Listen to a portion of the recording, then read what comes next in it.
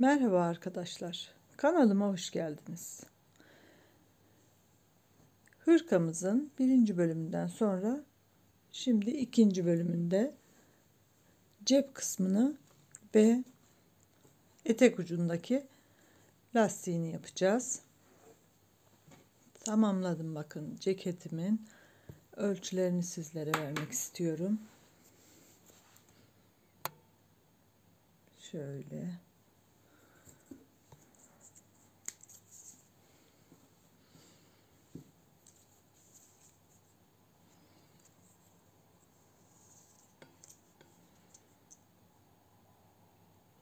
...33 santim. Beden genişliği 33 santim. Şuradan çocuklar için tablo yapmıştım. Bakın beden genişliği 33 santim. 5 yaş 34 santim yazmış. 4 yaşta 32 santim. Bu arada 4-5 yaşa olabilecek bir hırka örmüş oluyoruz.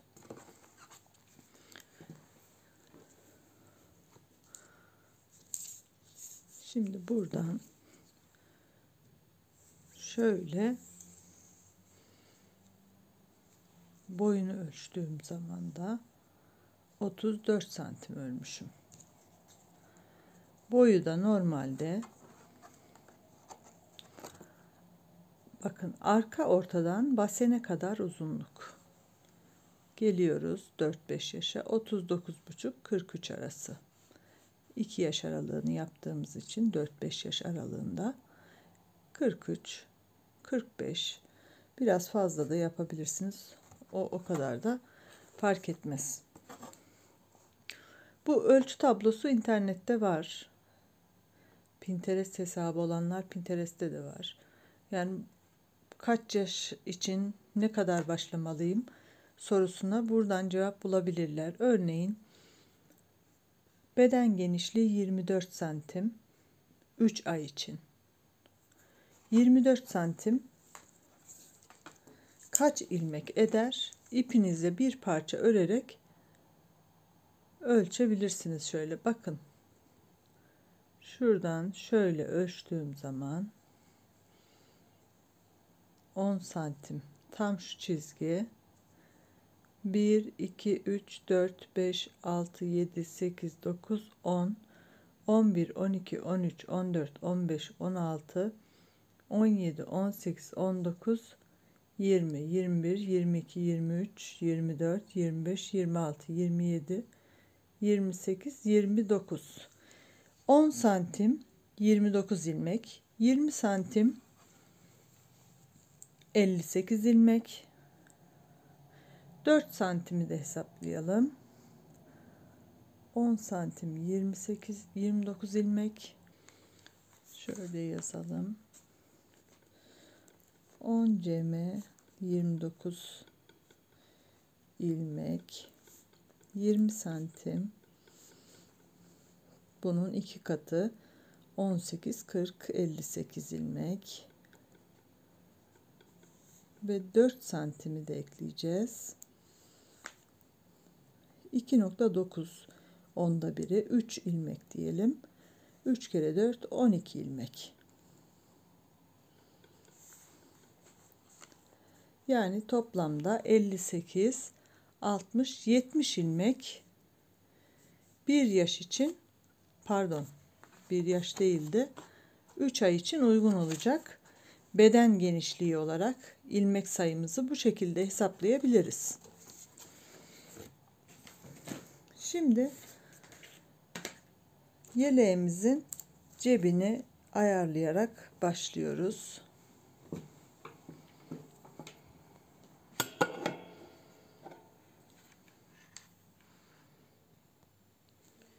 Şimdi lastiğimi örerek başlıyorum. Lastiğim çift lastikti. Tersleri örmüyorum, düzleri örüyorum. Arka sırada da aynı. Tersleri örmeden alıyoruz. İpimiz önde. Arkaya geçirdik. Düz ördük. Bunu ilk videomda da ayrıntılı göstermiştim zaten. Sadece tekrar olsun diye söylüyorum.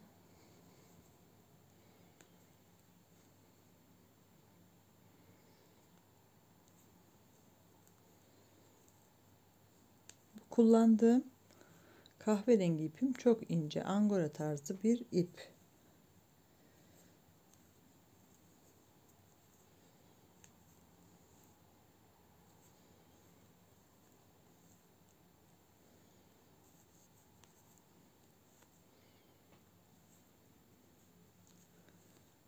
Şöyle son ters ilmeğimi alıyorum ve düz ilmeğimle tamamlıyorum. Burada şuradaki düzgün bir şekilde ayrılmadan nasıl yapacağımızı zaten videolarımın arasında var ama yine burada hemen göstermek istiyorum.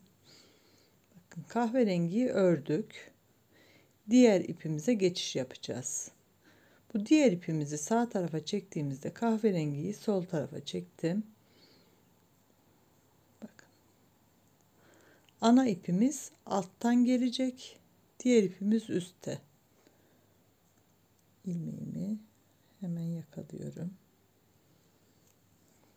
Kahverengi ip üstte, kırçınlı ip altta ve buradan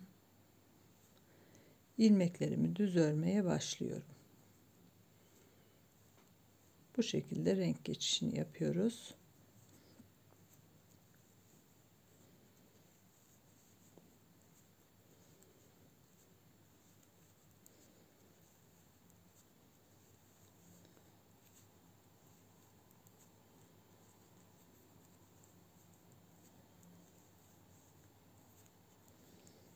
Şöyle ördüm. Hırkamı düzeltiyorum. Cebimizi şöyle göz kararı ayarlayacağız. Şöyle olabilir. Bir iki ilmek daha örelim. Kaç ilmek örmüşüz? 2, 4, 6, 8, 10, 12, 13, 15 yapalım. 14, 15. Şimdi burada farklı bir ip kullanıyoruz. Şimdi önce cebimizi örmeyeceğiz. Sadece yerini ayarlayıp bırakacağız. Hırkamızı bitirdiğimiz zaman en son cebimizi yapacağız.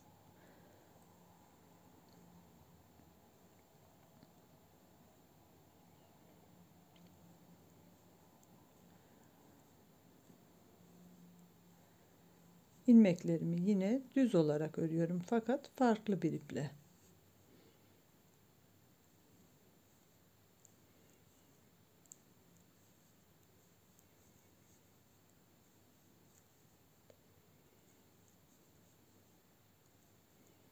Bu arada bu ip ne alaka demeyin. Bu ipi çıkarıp atacağız.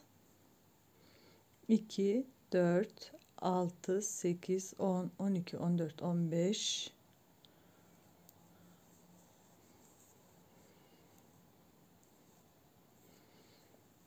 16, 17, 18. Şöyle büyüklüğüne bakalım. 20 yapalım. Tamamen doğaçlama çalışıyoruz. Burada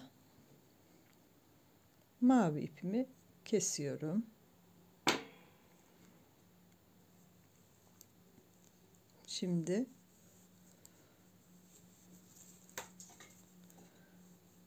burada ne yapacağız? Bu ilmeklerimizi sol şişimize aktarıyoruz.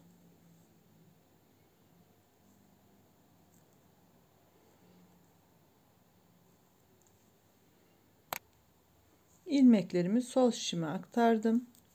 Şimdi ana ipimle yine örmeye devam ediyorum. Buradaki mavi iple ördüğümüz ilmekleri de örüyoruz. Bakın sadece arada böyle bir çizgi olarak kalacak. Cebimiz için ilmeklerimiz burada hazır olmuş oldu. Şimdi ben bütün ilmeklerimi öreceğim ve diğer tarafa cep ayarlayacağımız kısma kadar geleceğim. Bakın ördüğümüz bu kısımdan ilmeklerimi ördüm, arka tarafı geçtim, diğer ön parçaya geldim. Şimdi burada da aynı işlemi yapacağız.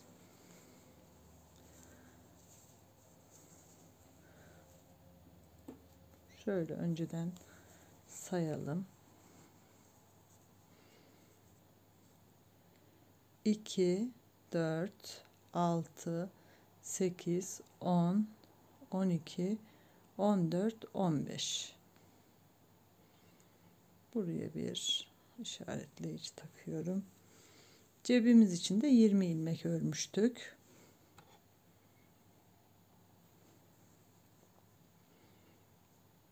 İki, 4, 6, 8, 10, 12, 14, 16, 18, 20.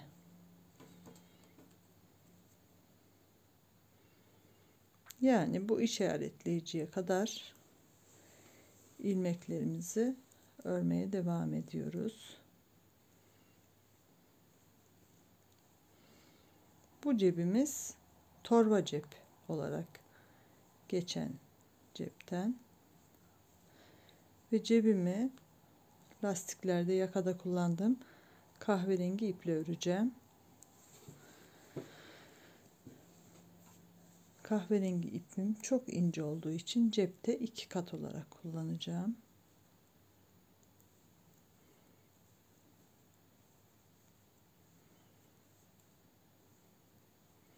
Buraya geldik. İşaretleyicimi ilmeğin üzerinden batmışım.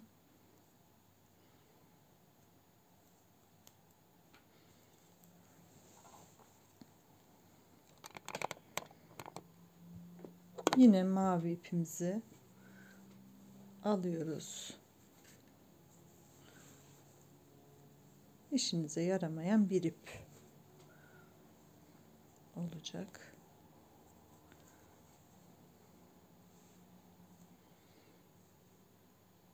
Pardon, yine kendi ipimle örmeye devam ediyorum bir an.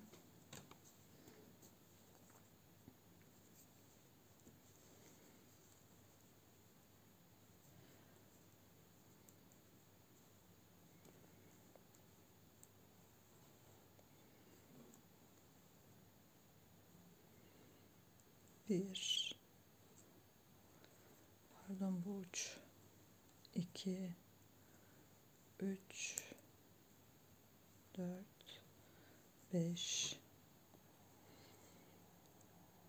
2, 4, 5 oldu. 6, 7,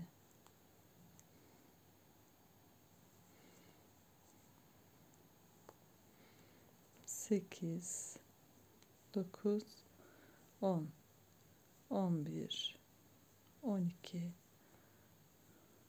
13, 14, 15, 16, 17, 18, 19, 20. Doğru saymışım. Şimdi yine bu ilmeklerimi sol tarafa aktarıyorum.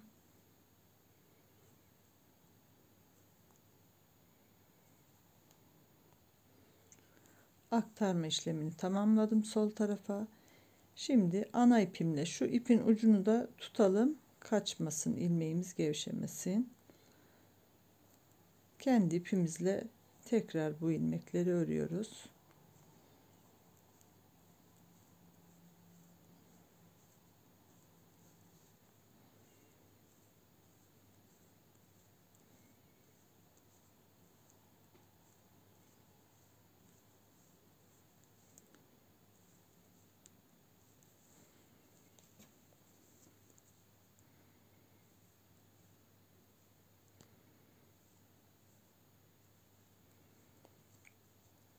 Burada mavi ipimizi yine kesiyoruz. Ben herhangi bir yere bağlamıyorum. Biraz şöyle uzun kesin.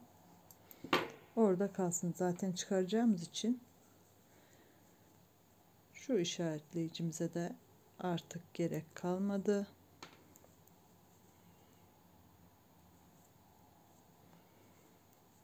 2, 3, 4, 5, 6, 7, 8, 9, 10, 11, 12, 13, 14 ve 15 ilmek de burada tamam oldu. Bakın mavi ipimizde olan kısım şu kısım. Yine renk geçişi yapacağız. Ön lastikleri ayrı renk çalışmıştım.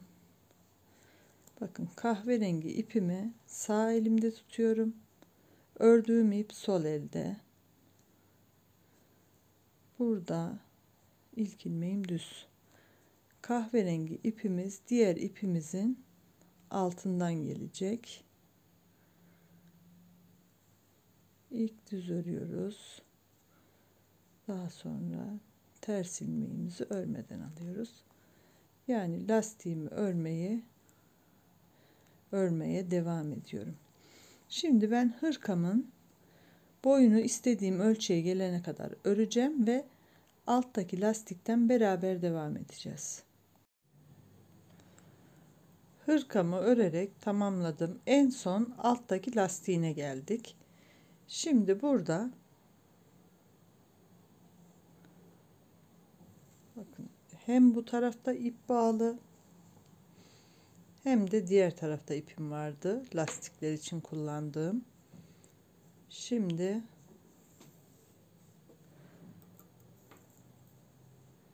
başka bir misinalı şiş aldım. Ters ilmeğimi bu misinalı şişe alıyorum.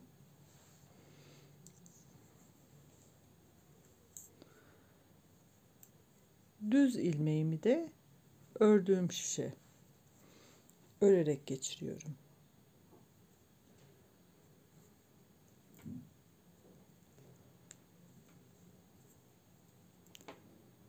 Şu ilk ilmeğim çıkmıştı. Sıradaki ters ilmeğimi arkadan başka şişe alıyorum. Düz ilmeğimi ördüm. Ters ilmeğimi arkadaki şişe alıyorum. Düz ilmeğimi örüyorum. Bu kısmı da çift lastik yapacağız ama bu şekilde ayrı ayrı öreceğim. Şu uç kısımlarının açık kalması için. Ters ilmeğimi yine arkadan şişime taktım.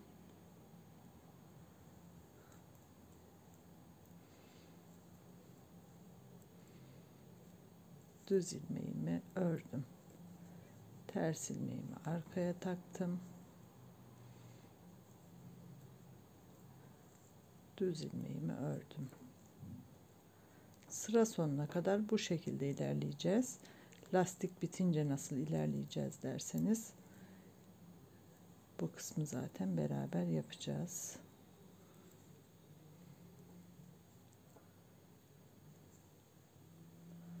Düz ilmeğimi ördüm. Ters ilmeğimi örmeden aldım.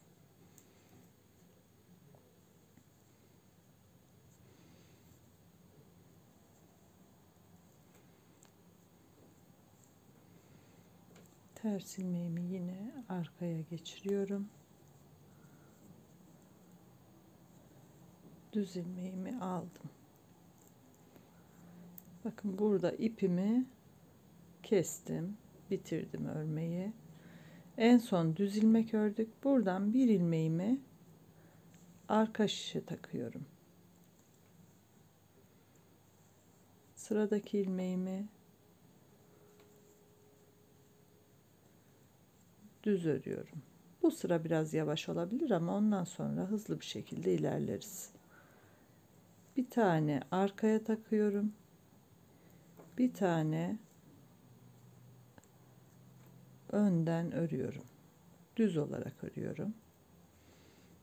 Bir tane arkadakine taktım.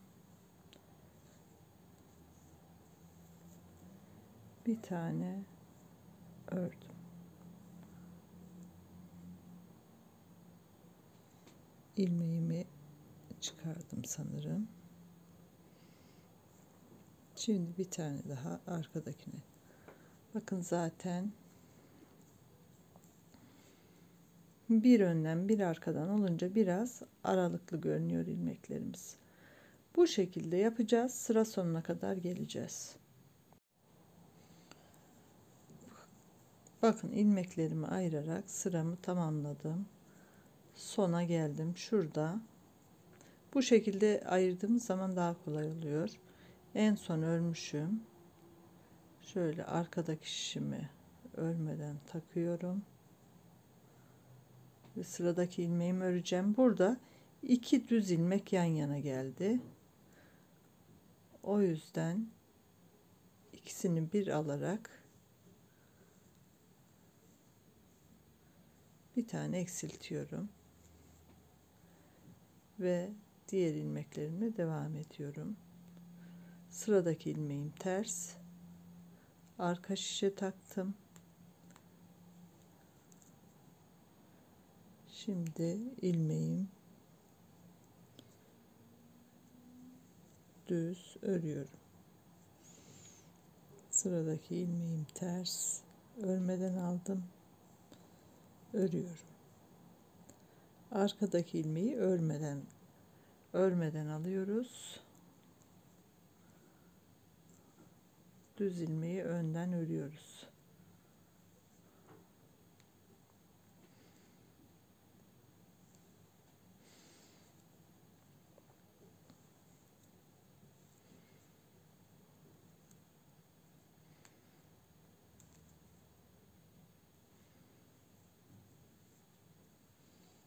Ve lastiğimizin ilmeklerini de ayırmış oluyoruz bu şekilde ve sıra sonuna geldik.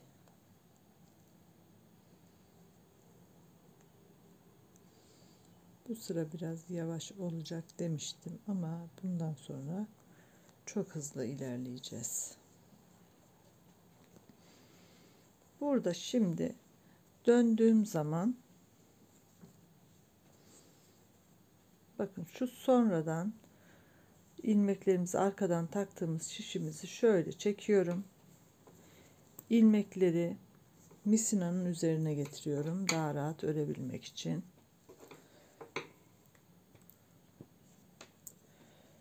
Ve diğer örerek geldiğimiz ilmeklerimizi ters öreceğim. Arkada ters, önde düz öreceğiz.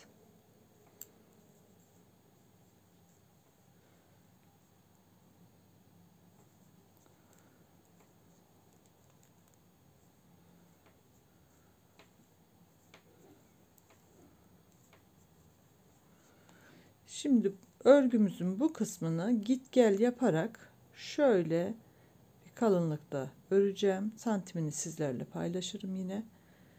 Ve arkadaki ilmeklerimizi de aynı şekilde ilerleteceğim ve oradan birleşimini göstereceğim. Hırkamı örerek alt lastiğine kadar gelmiştim. Şu kısmı zaten beraber ayarlamıştık. Bakın her iki taraftan da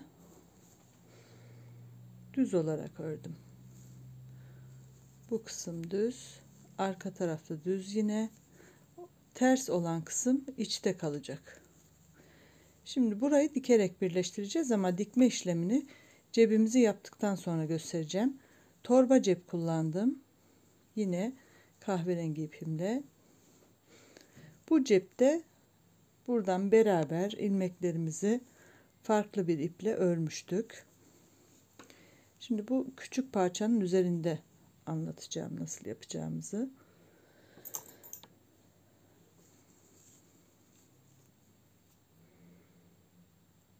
Şöyle biraz parlaklığı alalım. Bakın iplerimin ucunu bağlamamıştım. Normal duruyor. Şimdi şuradan ipimi çekiyorum.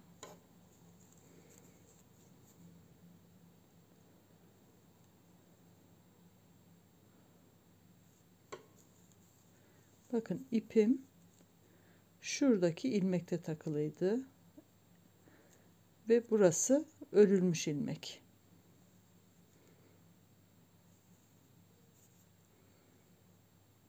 Şöyle bir bir sökeceğiz ve her iki taraftan da ilmek takacağız. Bakın bir tane ilmeğimiz boşta. Bunu hemen takıyorum şişime. İpimi buradan çekiyorum yine.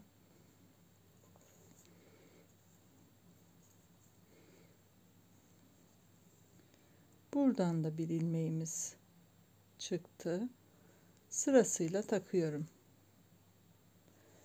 Bir önden bir arkadan takacağız. Şöyle ipi çıkarmadan da ilmeğimizi takabiliriz. Şimdi arka taraftan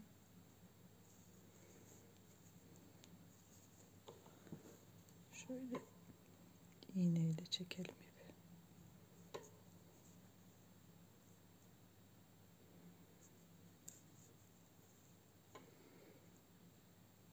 Cebimizde yine torba cep yapıyoruz. Torba lastik, yani çift lastik kullanmıştık lastiklerimizde de. Bakın buradan hemen iliğim kaçtı.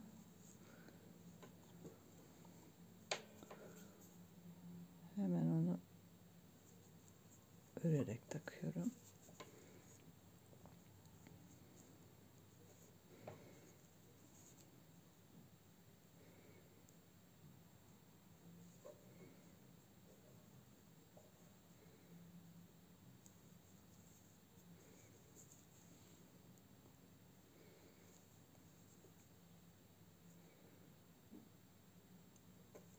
Çok kolay bir yöntem.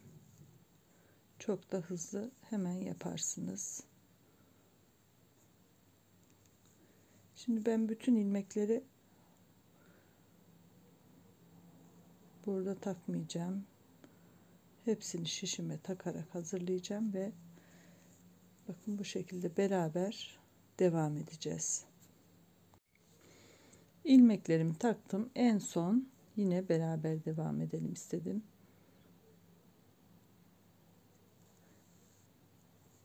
Çıkardım.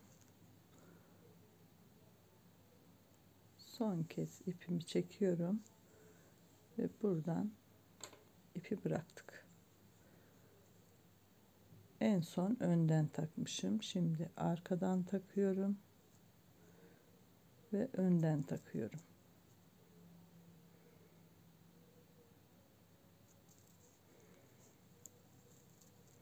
Bu şekilde bütün ilmeklerimizi şişimizin üzerine almış olduk. Şimdi burada çift lastik nasıl örüyorduk? Farklı bir renkle yapacağım cebimizin iç kısmını yine. Şöyle biraz uzun ip bırakıyorum cebin bir tarafını dikmek için. Arka tarafa dikeceğim.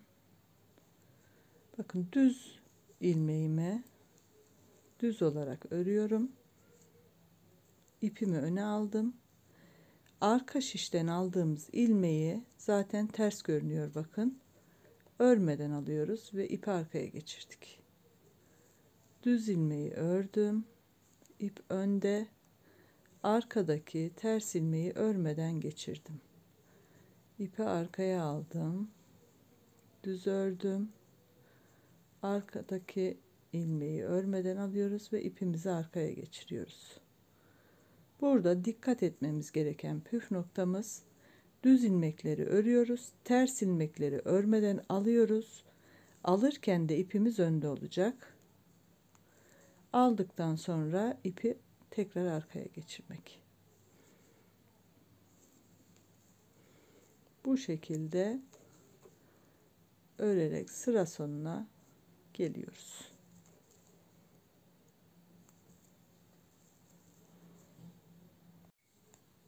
Gördüğünüz gibi sıramı tamamladım. Bir koyu pembe, bir açık pembe. Bu şekilde bir görüntüye sahip olacak.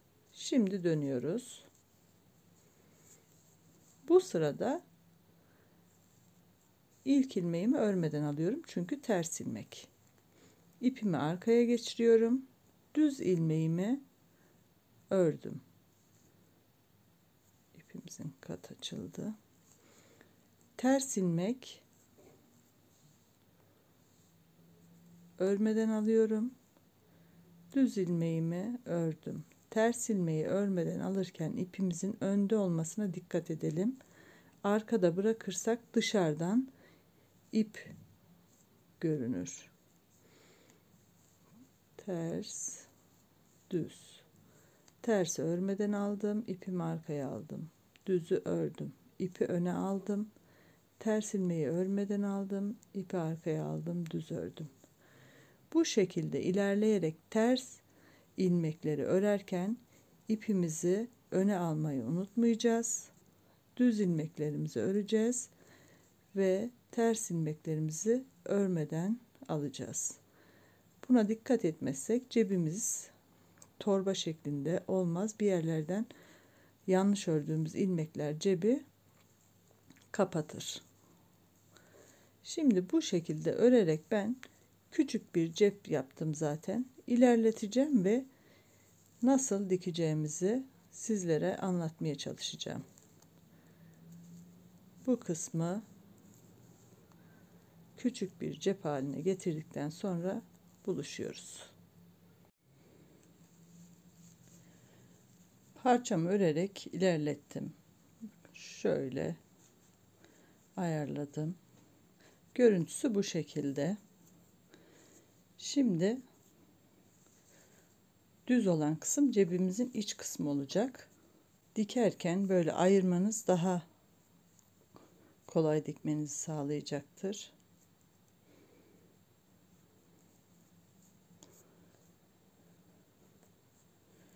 Ters ilmekleri bir tarafa, düz ilmekleri de bir tarafa alacağız. Ayıracağız yani ilmeklerimizi.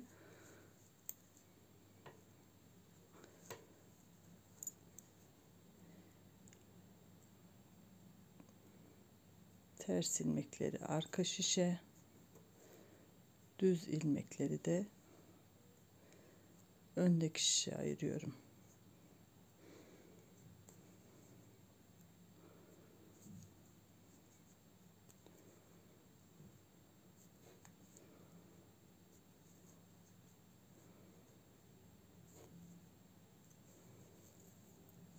Bu şekilde arası açılacak. İlmeklerimi ayırma işlemini tamamladım. Bakın, bu şekilde arası açık olacak. Şimdi dikme işlemine geçiyoruz. Ve ipimi biraz büyükçe ayırdım. Hem altını dikeceğim hem kenar kısmını örgüme dikeceğim. Cebin sallanmaması için. Şimdi burada kullanacağım dikiş kol ağzında ve etek ucunda da kullanacağız. Burada neden ayrı ayrı ördüm? Normalde aynı cebi ördüğümüz şekilde örebilirdik ama ben şu aradaki açıklığın olmasını istediğim için öndeki lastiği ve arkadaki lastiği ayrı ayrı ördüm. Buradan bir kordon geçirerek bağcık yapacağız. Şimdi dikişimizi yapalım.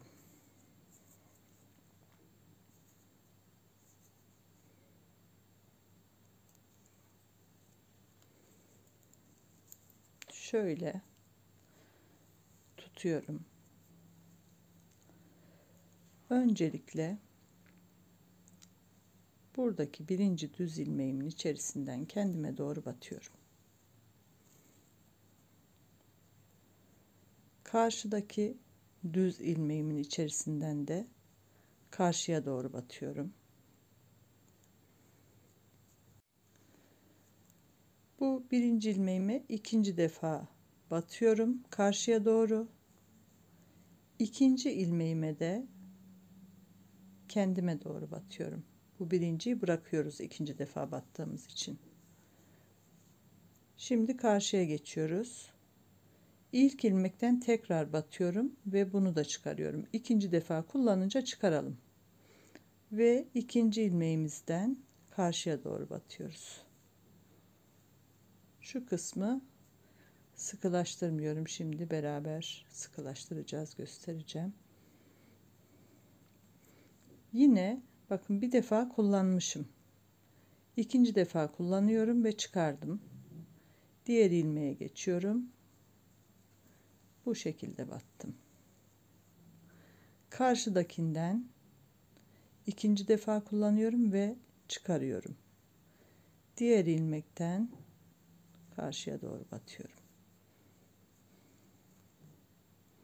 Bunu her türlü örgünüzde ilmekleri kapatmadan dikerek yapabilirsiniz. Pürüzsüz bir dikiş oluyor. Çok güzel oluyor. Ben çok seviyorum. Hiç dikiş dikmişsiniz gibi olmuyor. Yine birinciden karşıya batıyorum ve ikinci kere kullandığım için çıkardım. Diğerinden kendime doğru battım ve çektim. Karşıdakinden şöyle ilmeğimden batıyorum. İkinci defa kullandığım için çıkarıyorum ve diğer ilmekten karşıya doğru batıyorum.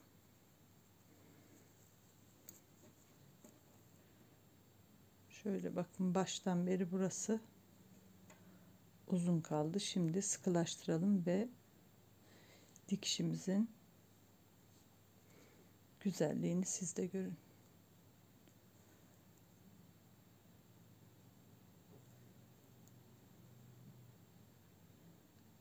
Her bir ipi aradaki çekerek sıkılaştırıyorum.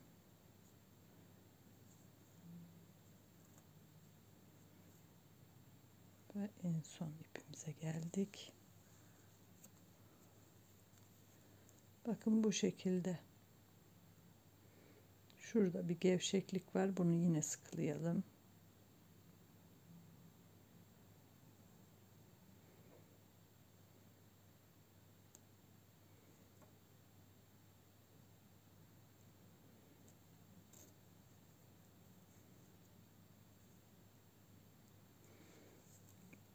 İpin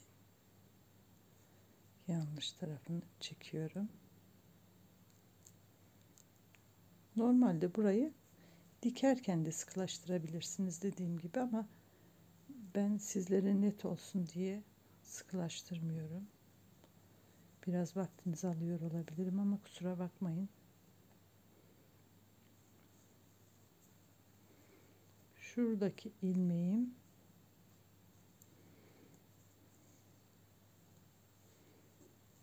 evet, bakın şimdi daha net. Dikişimiz bu şekilde. Ben tüm dikişi tamamlayacağım ve yine beraber devam edeceğiz. Cebimizin alt kısmını dikme işini tamamladım. Bakın ne kadar pürüzsüz olduğunu siz de göreceksiniz. Şimdi burası cebimizin iç kısmı olacak. Çeviriyorum. Bakın gayet düzgün bir cep oldu. Şimdi şu ipimi, bakın şurada bir delik var, açıklık. Buradan geçiriyorum. Bu açıklığı yok etmek için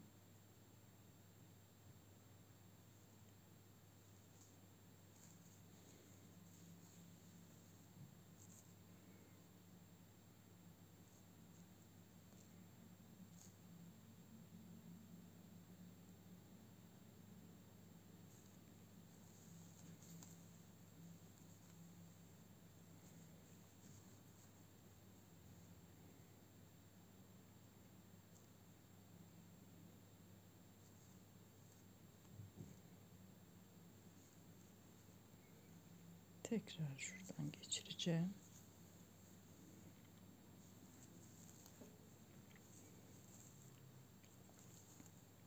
Bakın açıklık kapandı.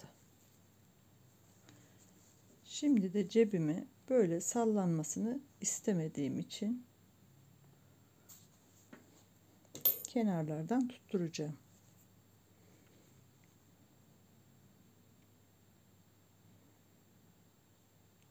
2 dişin altından geçtim. Hemen yandan da böyle 2 dişin altından geçiyorum.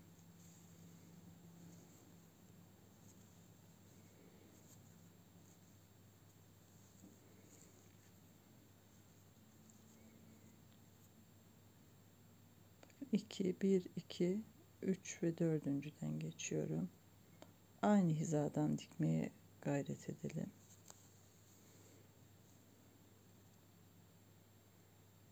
Yine buradan da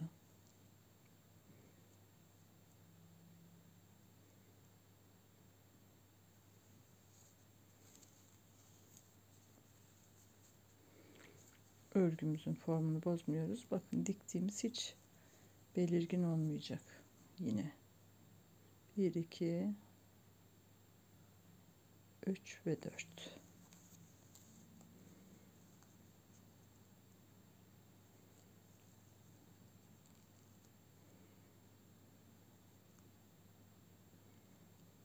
İğnemin ucu biraz fazla pot.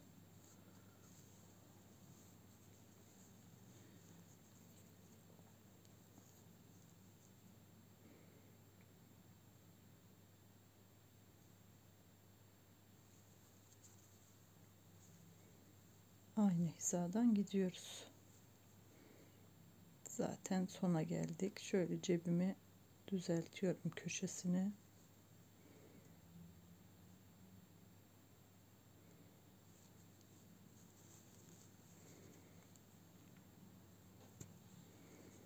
Şöyle düzgünce bırakalım. Şimdi de buradan dikiş yapacağız.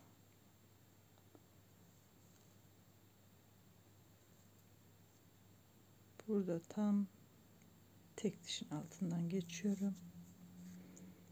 Bakın şu kısım değil, aynı hizada olanlardan şuradan geçiyorum. Karşıdan tek diş. Yine burada da şu üsttekileri kullanmıyoruz. Alttakiler. Aynı hizadan bu geçtiğimiz yerden tekrar geçiyoruz.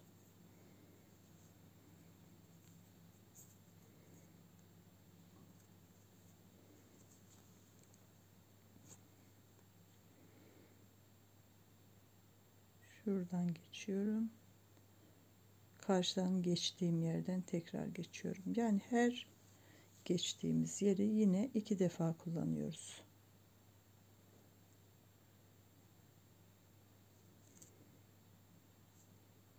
En son şuradan geçmişim.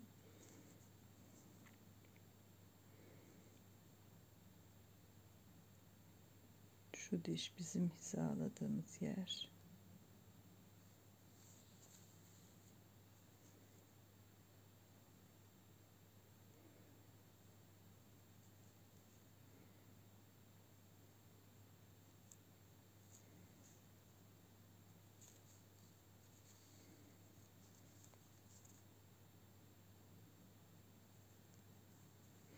En son nereye batmıştık diye düşünürseniz bakın şöyle ipi çekin. Şuradan oynadı ipimiz.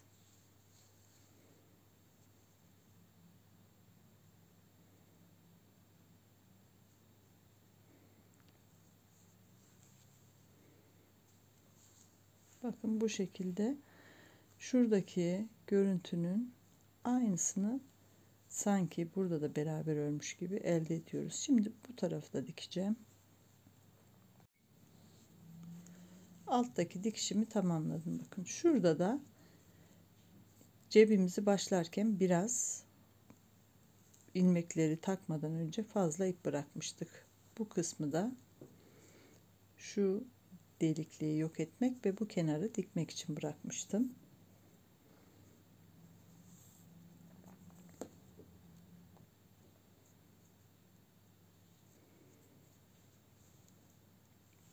Pardon.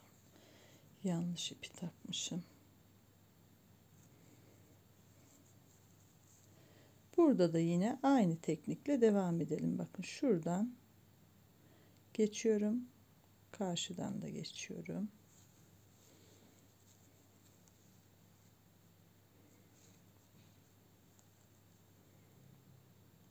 Buradan geçiyorum. Bu kısımdan geçiyorum.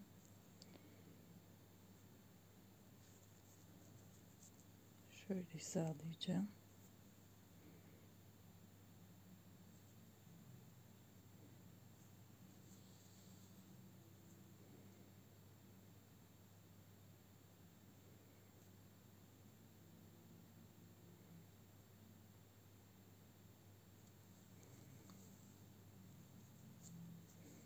Şöyle bakalım.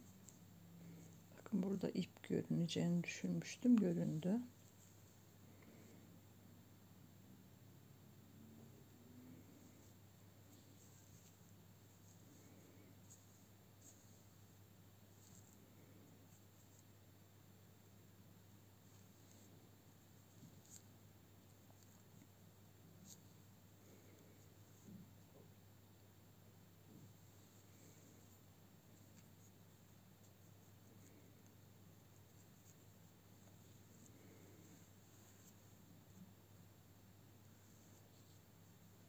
Şöyle geçirdim.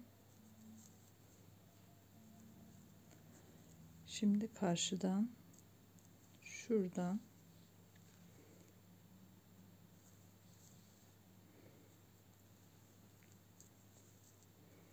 ve aynı hizasından yine geçireceğim.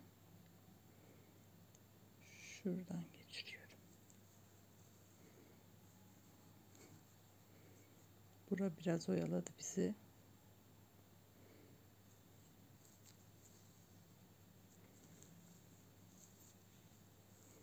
Bakın gayet düzgün oldu burası da. Ve cebimiz hazır.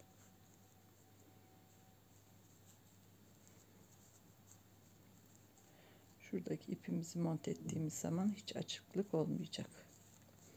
Şu kısmı da dikiyoruz ve cebimizi tamamlıyoruz. Hırkamın cebi de aynı şekilde yapıldı. Bakın kahverengi ile ördüm. Kahverengi ipim burada çok ince olduğu için cebimde 2 kat ip kullandım. Bunu da ayrıca belirtmek istiyorum. Ve altta kordon nasıl geçireceğiz? Hırkamı tamamladım. Ceplerimiz biraz küçük olmuş olabilir. Siz biraz daha fazla ilmek örerek büyük yapabilirsiniz. En son burada bakın uç kısmının açık kalmasını istediğimi söylemiştim. Bir tane tığdan yardım alarak hazırladığım kordonumu geçireceğim oradan.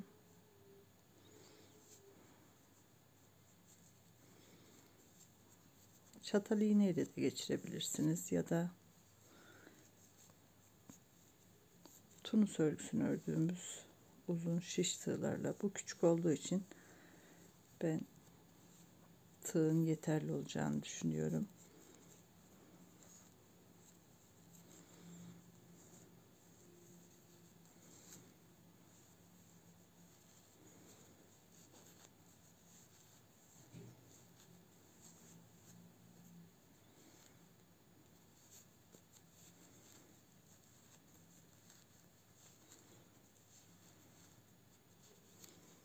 Ve tığımın ucunu çıkardım.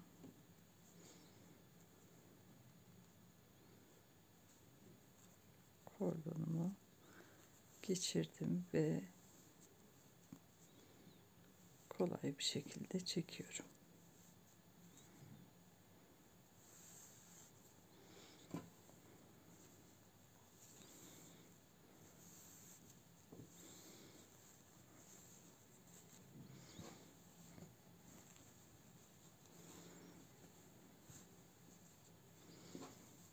Ve bakın bağcık kısmımızda bu şekilde tamamlanmış oldu. Mont gibi kullanabilirsiniz ya da mont örerseniz alt kısmını bu şekilde yapabilirsiniz. Ve hırkamda Düğmelerimi de yine şu ipi kullanarak kapladım düğmelerimi. Bunu da nasıl yaptığımı bir başka videoda paylaşırım. Umarım beğenmişsinizdir. Yapmak isteyenlere kolay gelsin diyorum. Videolarımı beğeniyorsanız like atarak, yorum yaparak ve kanalıma abone olarak beni desteklerseniz çok mutlu olurum.